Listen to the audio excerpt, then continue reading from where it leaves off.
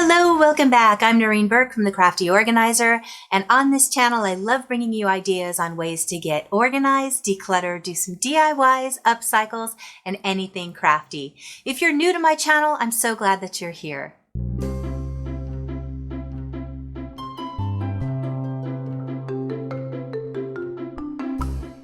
What I'm excited about with this particular makeover is it's a different scenario than what I've done before. I've gotten to work with people who had a lot of different mediums. I've gotten to work with people who just kind of had too much and didn't know how to organize it. I've worked in big spaces and tiny spaces. Today is someone who was just moving into their home. They had a finished garage and they wanted this to be a sewing craft area. Now, what I really loved about this one is this particular crafter does not have a lot of supplies, but they did have an issue with figuring out how to break them down so that they could find them more easily. So when she moved in, she did the perfect thing, which was buy a storage rack. I love the wire racks. She agreed. So that's what she started with. Then she bought some containers to put her things in. And she thought that the right way to do this was to make a list of everything that was inside of it so that she could find it. The problem with that is there were mixed items. So in 3 different bins, there were 3 categories that were the same, but spread out between those containers. So when she was looking for something, she'd have to peek inside of each one to figure out where it was. So the very first thing we did was make a mess. I always say that the best way to tackle projects like this is pull everything out. Start categorizing and getting all of the likes with the likes. And what this does is it allows you to completely identify, number one, how much space you'll need, and also how many categories that are similar can go into one container that's subdivided. Let me show you what I mean. So here are all the containers that she had, and I went looking through her garage to find any other containers that I could use just for the sorting process. But while I was doing this, I found these 4 wicker baskets that I love. 2 of them were still brand new because she didn't know what to do with them. These are going to look great on the shelf. Now, if you've worked with me before, you know I love using what clients have already. I think it is such an exciting challenge to not buy anything, but still make something look cohesive out of things my owners already have. We're just going to start breaking things down one by one. So as I'm coming across anything stencil related, whether it's a die cut or a paper stencil that she's already cut out or used, I'm just keeping them in one category for now. If it turns out that this is all she has, then this is simple enough for her to find what she needs.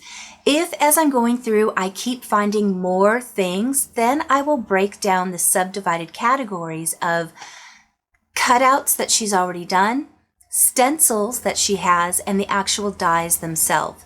But I won't know that until I'm done sorting. As I'm getting craft supplies, I'm setting those aside. And again, I am just trying to get like categories together. As I find more than one item, that's a note to me that I'm probably going to need to subcategorize. So when you're sorting, if you find that there's multiples of one type of thing, just keep it in a separate pile. It doesn't need a whole different box unless you have a lot of it.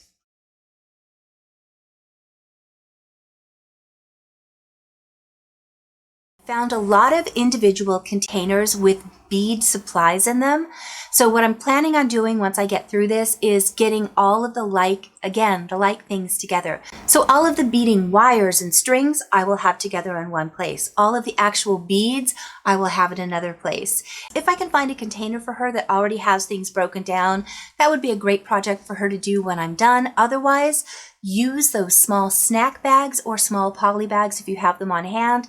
They are great dividers for those small supplies, and they're a super economic option. Bin by bin, I just emptied out the supplies. We did find towards the end that she did have a lot more of the actual cutting dies, so we set those all together in one bin. And even though I couldn't stand them all up so she could see the pattern on the outside, we were able to get them all in one box, which means when she wants to cut out a specific design or shape, she knows which bin to go to, and they are all together in one storage container. So as I said, this was a small area. I love showing you the big giant rooms, but I know not everyone has a large space that they're trying to contend with, just the actual breaking down of categories. So I hope you're finding value in this one. Here's a reminder of what it looked like when I started. It was off to a great start. She had plenty of storage. The only thing I noticed, as I said, was that these containers had an eclectic mix of things. Here's what it looks like afterwards, and we were able to find some things she hadn't unpacked yet and get them together. So every one of these storage bins has one category or category type together. So for example, up at the top, we have just fabric bolts that she will be getting to at a later point. She doesn't want to use these very often, so putting them up top means it's the least used things. The items that she grabs for the most are what we ended up putting in these wicker baskets. She enjoyed having these decorative boxes, so they're empty right now, but we put them out and they will be a great storage catch-all for as she gets things later, and she can put a little post-it note right on top so she knows what it is. We were also able to get her books that she uses for pattern and crafting. Easy at reach. You don't see it, but her desk is just to the left there, so all she has to do is reach behind her and grab those books. These gray bins are what my client called her UFOs, her unfinished opportunities. So as we were finding projects that she had meant to finish or were, oh, I wanted to do something with that, we broke them down in there. The nice thing about this is we adjusted the shelf so they are just almost individual drawers. She could just pull it out, peek at what's inside, and close it back up. The shelf above the gray boxes where her UFOs are, these are the items that she uses most frequently. So as you can see, we have one bin that just has all of her acrylic paints.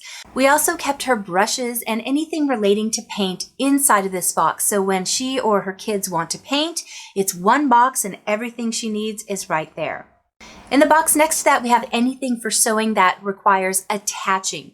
So buckles, snaps, loops, Velcro, all in one box. Then she has all of her zippers in one. Above that, anything elastic related or fusing, just one box.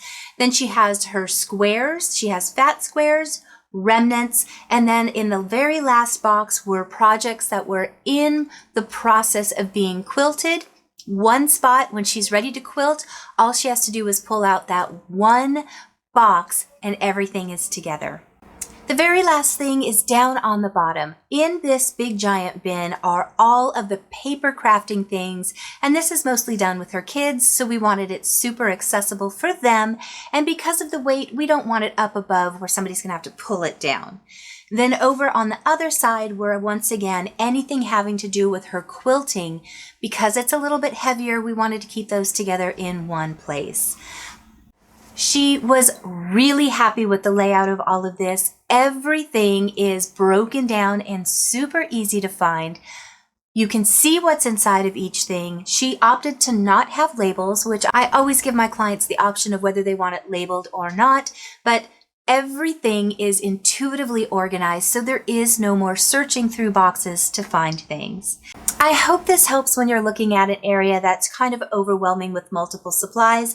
I know this was a smaller project, but that's what I liked about it today, is I know so many of you are talking about, I don't know what to do, I get frozen by the, what do I do with this? Lay those things out. Don't think about how you're using it, just think about what it is. In this instance, there were some things that she doesn't use very often, but by still keeping it with the category of what it was, when she goes to do that type of project again, let's say it's quilting, all of her quilting squares are together, regardless of the fabrics she loves and maybe the ones that she doesn't want to use so much. There is no separation and looking in two different places. This is the best method for you when you're going through and breaking things down to organize them. If you have a bigger space or it's a bigger project, the way we're approaching this is so much the same thing.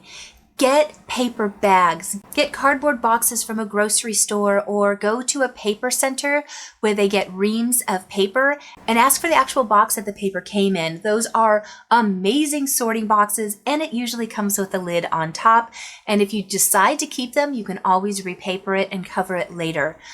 Free boxes are wonderful, especially when they have lids. But what you're going to do with each one of these containers is just focus on one area in your room, set that timer, and just go on a hunt for one type of thing. Or just fill up one box from that area and start sorting them out. Think of the games that we used to teach our kids. Get all the fruit together, get all the vegetables together, get all the dairy things together. This is exactly what you're doing with your spaces when you're organizing. And as it grows in one category, if you need to break it down, then you can break it down further. One of the most important things that I want you to take away from my videos is if you try something and it doesn't work, it doesn't mean that you didn't do it correctly. It means that that system wasn't the right fit for you. It is perfectly okay to keep trying different systems and rearranging things, because just like dating or trying new foods, some are a hit, some are not. So if I suggest something and it doesn't resonate with you, that is perfectly okay. There are so many amazing organizers out on YouTube and on social media. Please keep looking until you find that perfect fit for you. But having an organized space is totally doable. Just keep looking. The reason I get to do these organizing videos is because of my patrons, so I want to say a huge thank you to them. If you're interested in supporting my channel, that information is in the comments below. And YouTube started something new, and I didn't realize it had been put on my channel. There's something called an applause, and that allows you to essentially tip me for a video. I'm not asking you to do that, but people have done it and I didn't know, so I haven't had an opportunity to say thank you. So if you've applauded one of my videos, oh my gosh, thank you so much. I appreciate that so much.